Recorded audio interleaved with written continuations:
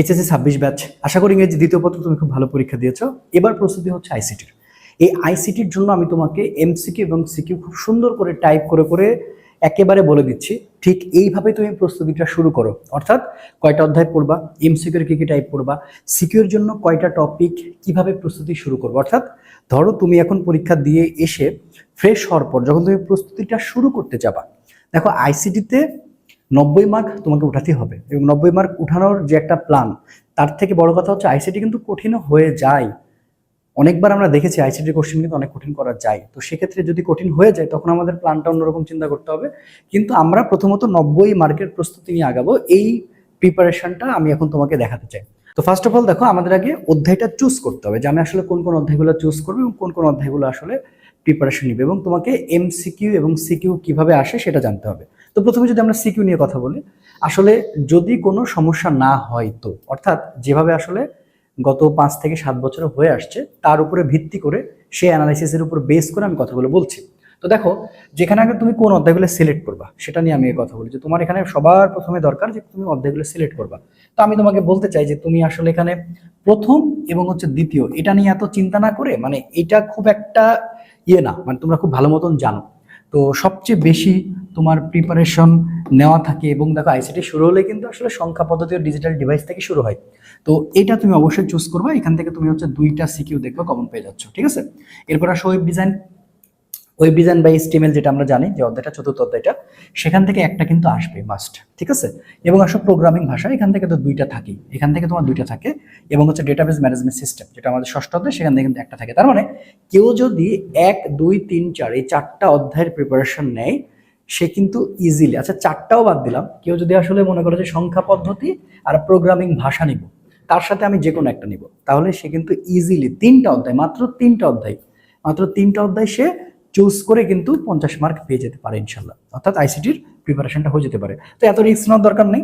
এই এই তোমার হচ্ছে যে 3, 4, 5, 6 এই কটা পড়লেই খুব ভালো হয়, এবং এগুলোতে মার্ক তোলাও যায়, সময়ও কম লাগে যদি তোমার কমন পড়ে যায়। তো ঠিক আছে, তাহলে আমার প্রথম সাজেশন হচ্ছে তুমি কি করবা, 4টা অধ্যায় চুজ করবা। এখন কেউ যদি মনে করে না আমি এটা তো লিখবো, হ্যাঁ লিখতে পারো, কোনো সমস্যা নেই। এবার আসো, আমি তোমাকে জাস্ট 13টা টাইপ বলে দিচ্ছি। এই 13টা টাইপের মধ্যে দেখবা ইনশাল্লাহ তোমার কোশ্চেনগুলো কমন থাকবে। এবার আসো গ ঘ টাইপগুলো আমি তোমাকে বুঝাই, কারণ অ্যানালাইসিসের ভিত্তিতে যে বিষয়গুলো আসলে এসেছে আমি তোমাদের সামনে সেটা প্রেজেন্ট করার চেষ্টা করতেছি। যেমন আসো সংখ্যা পদ্ধতির রূপান্তর, অর্থাৎ আমরা সংখ্যা পদ্ধতি ও ডিজিটাল ডিভাইস থেকে এসে মানে কথা বলছি। তো দেখো সংখ্যা পদ্ধতির রূপান্তর, এটা কিন্তু টাইপ গতেও থাকতে পারে, টাইপ ঘতেও থাকতে পারে। তার মানে এই সংখ্যা পদ্ধতি তোমাকে খুব ভালো করে পড়তে হবে যখন তুমি তৃতীয় অধ্যায় নিয়ে কাজ করবে। আমি কিন্তু এখানে 4টা অধ্যায়ের সাজেশনই দিচ্ছি, কারণ এই 4টা অধ্যায় আমার কাছে সবচেয়ে লজিক্যাল মনে হয়, এবং তোমাদেরও প্রিপারেশন এভাবে নেওয়া উচিত এবং তুমি এভাবে নিচ্ছ আশা করি। এবার আসো 2-এর পরিপূরক, দ্য মোস্ট ইম্পর্টেন্ট, এটা কিন্তু টাইপ ঘতে চলে আসে। 2-এর পরিপূরক করার জন্য তো খুব বেশি সময় লাগবে, ব্যাপারটা কিন্তু এরকম না। তো বুঝার ব্যাপারটা মানে বুঝতে হবে। এবার আসো গেটের ক্ষেত্রে যে বাস্তবায়ন করতে বলে, সে সবচেয়ে মানে গুরুত্বপূর্ণ যে বিষয়গুলো, সেটা হচ্ছে কি ন্যান্ডের বাস্তবায়ন এবং হচ্ছে নরের বাস্তবায়ন, ঠিক আছে। এই 2টা বাস্তবায়ন খুব ভালো করে দেখবা, ওকে। এরপরে আসো তুমি অ্যাডার হচ্ছে টাইপ ঘয়ের জন্য, সেটা হচ্ছে কি হাফ টু ফুল, এই জিনিসটা একটু ভালো করে দেখবা, ওকে। তাহলে দেখো 1টা 2টা 3টা, এখানে মাত্র 4টা টাইপ করলে কিন্তু হয়ে যাচ্ছে। এরপরে চলে আসো, আমরা চলে যাচ্ছি এইচটিএমএল, ঠিক আছে, চতুর্থ অধ্যায় ওয়েব ডিজাইন পরিচিতি। তো এখন আসো এইচটিএমএল এ কিন্তু তোমার প্রশ্ন আসবে, এটা হচ্ছে টাইপ ঘ। এটা কিন্তু আসলে টাইপ ঘ, ভালো করে বুঝো। এটা হচ্ছে কি ভাইয়া, এটা হচ্ছে টাইপ ঘ। এই টাইপ ঘতে ভাইয়া তোমার হচ্ছে এই যে দেখো table tag, image and hyperlink, আর এটা হচ্ছে অর্ডার লিস্ট, আনঅর্ডার লিস্ট। এই 3টা, জাস্ট এই 3টা খুব ভালো করে পড়ে যাও। এই 3টা খুব ভালো করে দেখো, এই রিলেটেড কোশ্চেনগুলো সলভ করো, দেখবা যে তুমি কমন পেয়ে যাচ্ছ, আসলে যদি কোশ্চেন কোনো উল্টাপাল্টা না করে, আসলে অ্যানালাইসিসের ভিত্তিতে আর কি। এরপরে দেখো গ নাম্বারের জন্য আসে ওয়েবসাইটের কাঠামো, এটা কিন্তু বেশ কয়েকবার সবচেয়ে বেশি আসছে, ঠিক আছে, যে ওয়েবসাইটের কাঠামো, এই জিনিসটা একটু ভালো করে দেখবা। এরপরে আমরা চলে যাই প্রোগ্রামিং ভাষা, যেখানে আসলে প্রোগ্রাম লিখতে দেওয়া হবে। তো এই প্রোগ্রাম তুমি কয়টা দেখে যাবা, এই যে দেখো ফারেনহাইট ও সেলসিয়াস স্কেল রূপান্তর, সে টাইপ গগতে থাকতে পারে, এটা মিলমিশ করে থাকবে আর কি, মানে প্রোগ্রাম দিয়ে দিবে আর কি।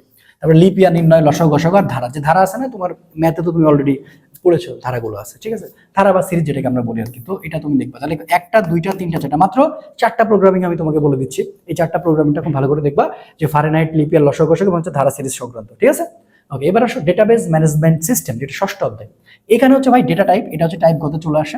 ডেটাবেস যে রিলেশন আছে সেটা হচ্ছে টাইপ ঘয়ের জন্য, আর এসকিউএল এটা কিন্তু টাইপ ঘ। এসকিউএলটা কিন্তু আসার সম্ভাবনা অনেক বেশি, এটা তোমরা অবশ্যই জানবা এবং এইভাবে পড়াশোনা করবা। তাহলে মাত্র 13টা 13টা টাইপ তুমি সুন্দর করে ভালো করে পড়ো, দেখবা যে এখান থেকে তুমি কমন পেয়ে যাচ্ছ। এবার আসলে এমসিকিউ কি করবা?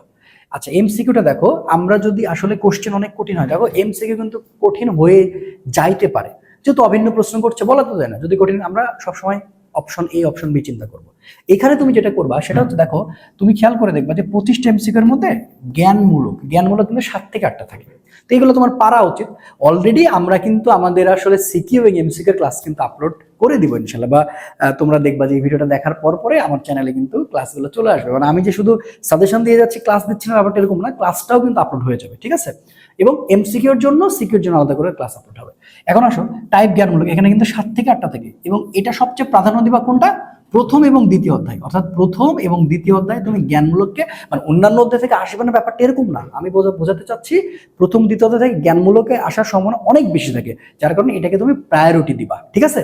আচ্ছা, এবার আসো গেট সংক্রান্ত। এই গেট সংক্রান্ত এখানে কিন্তু বহুপদীও থাকতে পারে, তার মানে বহুপদী এখানে একটা টাইপ, এবং বহুপদী গেট সংক্রান্ততে থাকে, সেখান থেকে 2-3টা থাকবেই, এটা কিন্তু থাকবে, ঠিক আছে? 2-3টা থাকবে। এখন সেটা বহুপদীও হতে পারে। এরপর আসলে সংখ্যা পদ্ধতি, এটা টাইপ ম্যাথ আমরা বলতে পারি, এটা আসলে আইসিডি টাইপ ম্যাথ, ঠিক আছে? আমি এটাকে তাই বলি। তো দেখো এখান থেকে থাকবে 2 বা 3টা সংখ্যা পদ্ধতি, যে কোনো একটা সংখ্যা পদ্ধতি দিয়ে দিতে পারে, ঠিক আছে? তো binary two decimal, decimal two binary, যাই বলুক, একটা দিয়ে দিতে পারে। ওকে, প্রোগ্রাম দেখো 5 থেকে 6টা থাকে, সেখানে কঠিন হতে পারে 1 থেকে 2টা। তো সেক্ষেত্রে যদি কঠিন হয়ে যায়, তুমি যদি না পারো, এটা নিয়ে প্যানিক খাও না, ঠিক আছে? এবার এইচটিএমএল ভাই তোমাকে তো পড়তে হবে, এখান থেকে 4 থেকে 5টা এইচটিএমএল চলে আসতে পারে, ঠিক আছে? তাহলে দেখো 1 2 3 4 5, আমরা যদি বহুপদী আর অভিন্ন তত্ত্বভিত্তিক আলাদা করে ধরি, তাহলে 7টা টাইপ হচ্ছে। তাহলে এই যে 7টা টাইপ, অর্থাৎ 13 প্লাস 7টা টাইপ তুমি সুন্দর করে, এই মোট 20টা টাইপ হচ্ছে, তুমি আত্মস্থ করে চলে যাও। এবং এই 20টা টাইপেরই কিন্তু এমসিকিউ এবং সিকিউ ক্লাস আমাদের চ্যানেল অলরেডি আপলোড হয়ে যাচ্ছে, মানে তুমি পেয়ে যাওয়া ইনশাল্লাহ। এই ভিডিও আপলোড হয়ে গেছে, দেন দেখবা যে 2:30টার সময় তুমি পেয়ে যাচ্ছ আমাদের এই ক্লাসগুলো। তুমি সুন্দর করে ক্লাসগুলো করো, এবং হচ্ছে ভালো করে পড়ো, এবং শুধুমাত্র এই ক্লাসের উপরে নির্ভর করে চলে যাওয়া এরকমও যেন না হয়, তোমার যেন পড়া থাকে, দেখবা খুব সুন্দর করে ক্লাসটা নেওয়া হয়েছে। সকলের জন্য শুভকামনা। আশা করছি আইসিটি পরীক্ষাও তোমার খুব ভালো হবে। আসসালামু আলাইকুম রহমতুল্লাহ।